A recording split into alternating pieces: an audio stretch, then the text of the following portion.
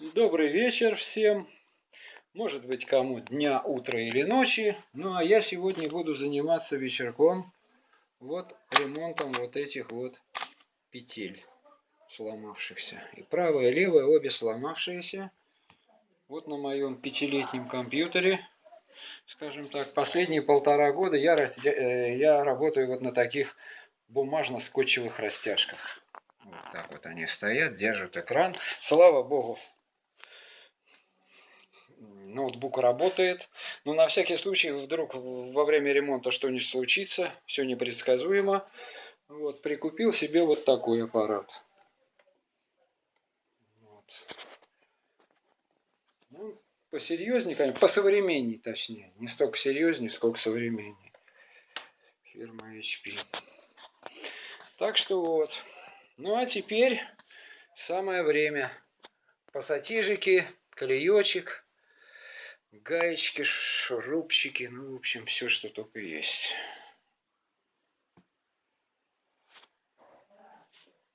Ну вот, начинаем. Так, прежде всего отодрать наш скотчик. Теперь начинаем. Начинаем с этой стороны.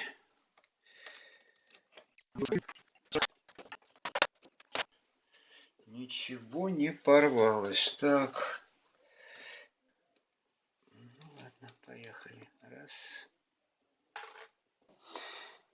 Ну вот, разобрал петли. Вот одна петля.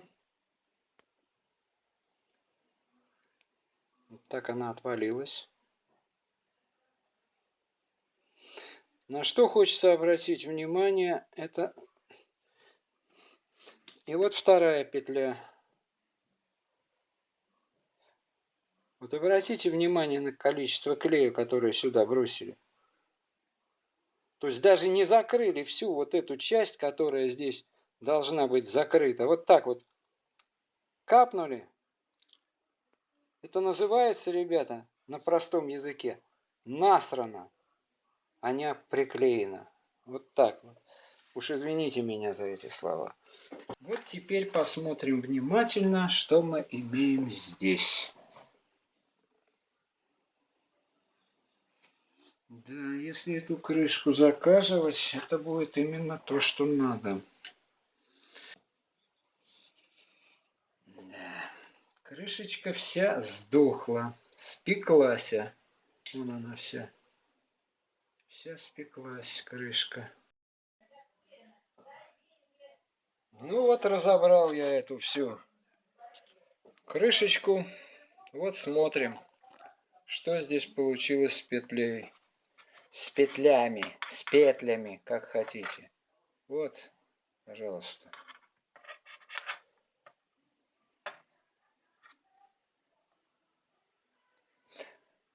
Можно ли это вклеить сюда? Да, конечно, можно. И я, собственно, думал, что я именно так и решу эту проблему. Вот сейчас вторую покажу. Вот вторая. Вот вторая петля. Здесь повезло больше. Здесь можно вот так вот целиком было бы это поставить. Наверное. Мне так кажется. Вот как-то. Как-то так она была. Но есть другая ситуация здесь. Вот обратим внимание сюда. Вот видите вот эти вот фиговинки маленькие. Я две взял, хотя их было значительно больше. Вот эта вот линеечка, знаменитая вставка, крепится на вот таких вот маленьких штыречках. Ну, штыречках, планочках, как хотите. Вот у меня здесь две сломались. Вот видите? Вот первая и вторая внизу сломались. А вот на корпусе сломались все. Одна осталась живая. Сейчас вам ее покажу. Вот она. Вот это осталась живая. Вот сюда под нее заходит вот эти вот штыречки, вот эти. И так вот задвигаются, и все. Вот теперь их нет. Вот смотрите, вот что осталось. Дальше идем. Вот чего осталось. Верха нет, задвигаться некуда. А в крайнем положении, вот здесь, здесь вообще полностью она под ноль слилась. Вот она. Как раз вот эта вот штука и есть. Слилась не потому, что я нажал там каким-то образом. Пластмасса вообще крошится. Вот ее чуть-чуть возьмешь, и она крошится. Почему? Потому что такой вариант конструкции предложен вам. Видите? Предложен производителем. Ну, что мне вам сказать? Да.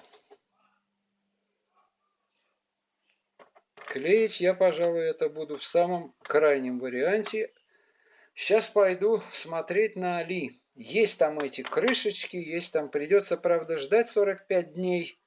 И то без, так сказать, без гарантии, что приедут. Но бог знает. Если есть здесь в России, то возьму. Цвет мне совершенно не интересен. Я не женщина. Не подбираю по цвету сумочки к ботинкам. Так что вот. Наверное, буду заказывать крышку и вот эту планку. Хотя планка-то, конечно, удержится все равно без этих двух. Посмотрю, сколько стоить будет. Там попробую найти. Может, удастся найти где-то и без этих самых больших наценок. Так, вот это моя крышечка, я ее изучил ее конструкцию, проанализировал и принял решение ее заменять. Но новую ее найти нигде невозможно. Сейчас подобное продается на Алиэкспрессе, но оно имеет некие конструктивные изъяны. То есть слабовато там крепление все-таки. Брать ее где-то на разборке компьютерной техники, себя не уважать, потому что усталость пластмассы, она и в Африке усталость.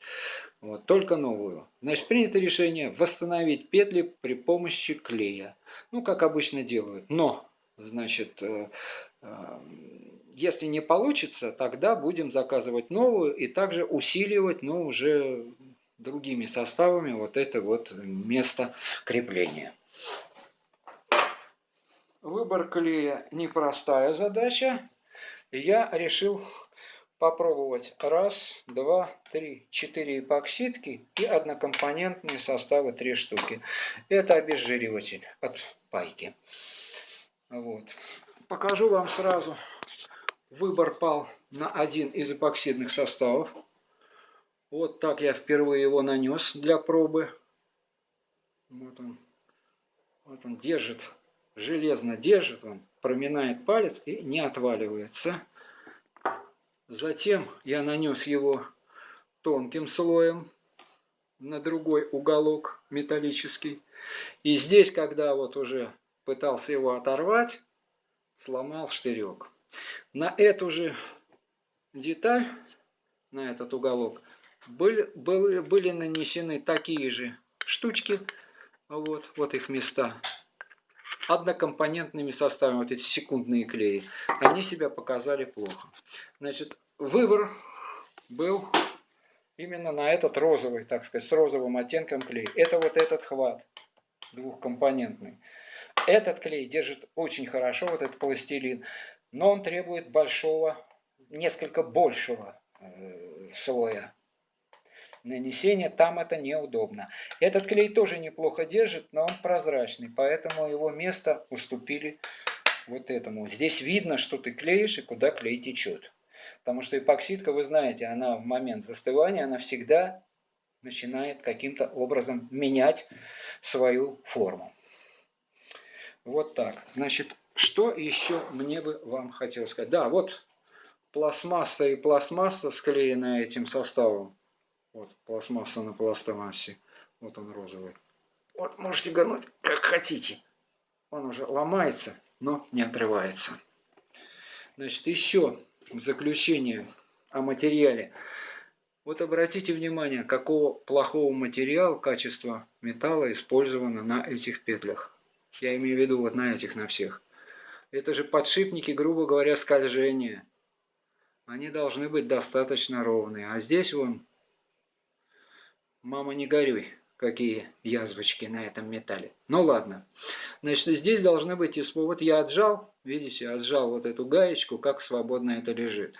Сюда должна быть для нормального функционирования нанесена смазка между ними. Вот здесь старая смазка, она, в общем-то, видна. В одном местечке. О! Вот если увидите,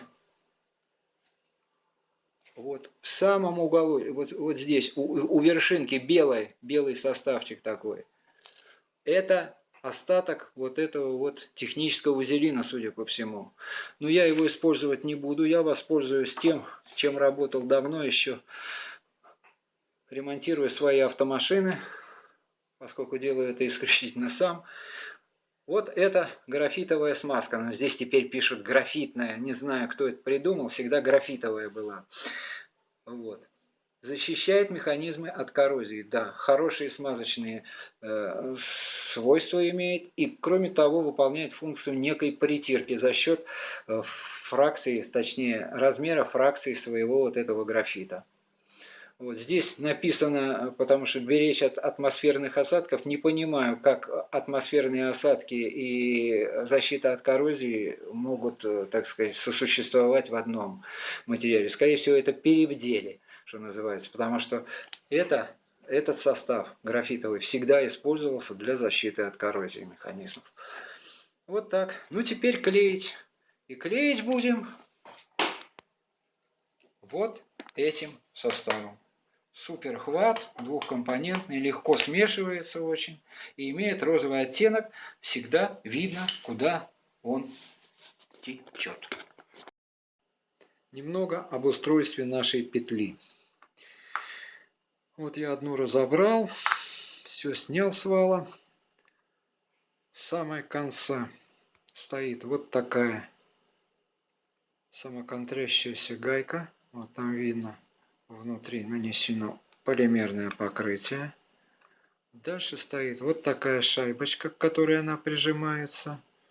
Вот с этой стороны она прижимается. А дальше вот внутрь идет к тем компенсационным шайбам вот с такой ровной поверхностью. Вот эти 4 шайбы, думаю, служат для компенсации усилия, грубого, скажем так. Дальше стоит вот такая шайба с выемками. Вот. Мы его сейчас посмотрим. Вот она, видите, выемки. С одной стороны в них была смазка, а с другой стороны эти выемки продавлены вот в такие выступы. Эти выступы приходятся вот в подвижный фланец нашей петли. Вот. Здесь выемки, здесь выступы, вот туда, вот так. И они фиксируют петлю в крайних положениях. Вот. Сама петля состоит из 2 частей, скажем так. Вот одно подвижное, вот здесь, на этом штифте. Она, в принципе, может оттуда быть снята. Вот. И между этими 2 частями стоит вот такая шайбочка. Собственно, вот это весь фрикцион, который обеспечивает нам сцепление. Вот на шайбочке есть выемки для смазки и с одной, и с другой стороны. Вот такие же выемки есть и здесь. Если посмотреть, вот. И снаружи, и здесь вот снутри. И на этом, и на этом фланце. Так, что еще хочется сказать в заключение? Вот смотрите. Вот это вал, на котором это все стоит. Вот здесь имеет место быть вот такой натир. Образовался он, как мы видим, из-за трения вот этой вот подвижной частью. Вот, собственно, и вся недолга. Теперь надо это смазать все достаточно хорошо. И вал, и вот эту часть, и будет нам счастье. И дальше отрегулировать усилия путем закручивания вот этой гаечки. Так, смазка петель. Вот вторую петлю я разобрал, когда здесь было все точно так же. Вот на этой части, значит, я все-таки обнаружил небольшое количество белой смазки. Не знаю, видно или нет, здесь будет, осталась она или нет, я ее уже вытер. Достаточное количество. А вот на этой, на основной, смазка была черная. То есть, скорее всего, графит. Причем положена была не слабо. Так что вот сейчас вот попробую добавить чуть-чуть, и все.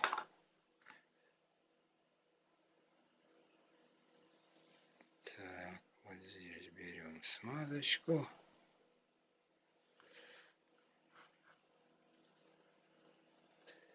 Берем ее сюда.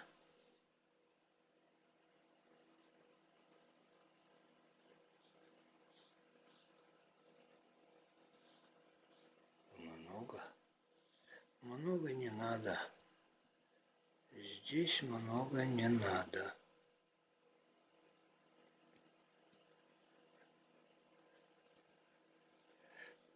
Здесь достаточно немного. И все. Это самое интересное место. Вот. И еще место здесь, которое это вот здесь.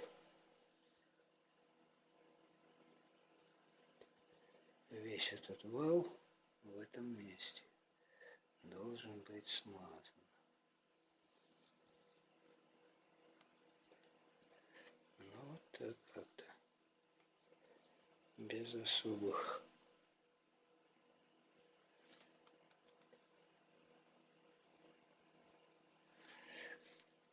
Так. Ну вот. И вся смазка.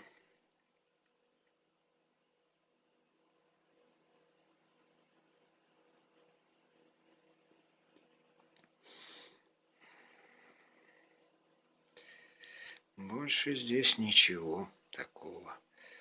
Ну и теперь вставляю аккуратно все обратно. Но это уже мало интересная деталь. Вот так выглядит наша крышечка после приклейки основания петель в нее. Как видите, не до эстетики, но нужна здесь надежность, прочность.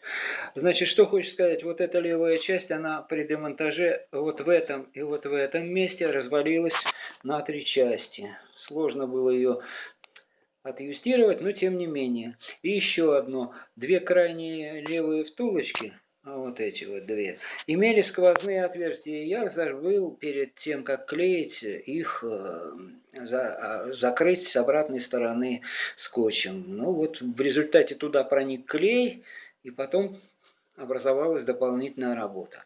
Ну вот имейте это в виду, когда будете этим заниматься. Вот это правая часть. Она более простая, поскольку более монолитным куском отвалилась, скажем так. Ну вот и все. Теперь приступаем к сборке.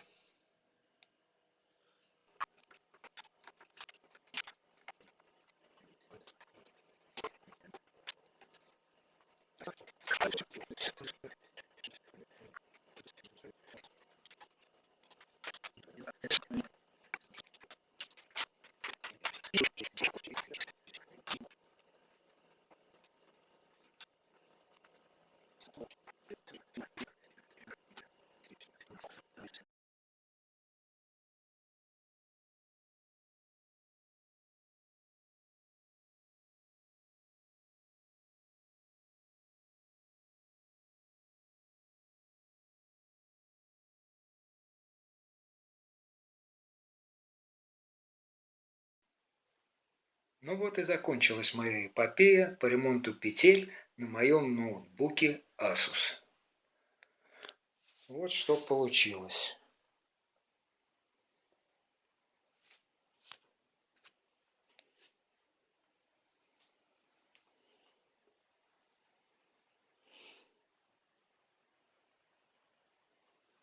Вот здесь я специально не стал сильно его затягивать петли, чтобы не получить нагрузку дополнительную на только что приклеенные мною петли. По времени у меня заняло это немало, но результат получился неплохой, на мой взгляд. И что самое удивительное, компьютер работает. Надо же, разобрал и не сломал. Это достижение. Шутка, конечно.